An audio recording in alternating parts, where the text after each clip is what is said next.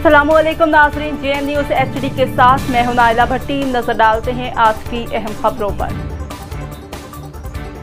बिहाड़ी district news reporter doctor Wajid Hussain की report के मुताबिक बुरेवाला पंजाब भर की तरह गोगो मंडी अड्डा क्वार्टर पर भी पेस्टिसाइड डीलर्स का शटर डाउन हड़ताल, मुतालबात पूरे न होने तक हड़ताल जारी रहेगी। पेस्टिसाइड डीलर्स के हुकूमत से मुतालबा।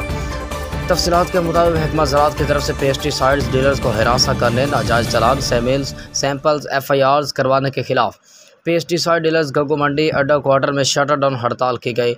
इस मौके पर पेस्टिसाइड डीलर ने सहाफ़ियों से बातचीत करते हुए कहा कि महकमा ज़राअत और दीगर एजेंसियों की तरफ से जब तक हमारे मुतालबात पूरे करने की यकीन दहानी नहीं करवाई जाती, हड़ताल जारी रहेगी।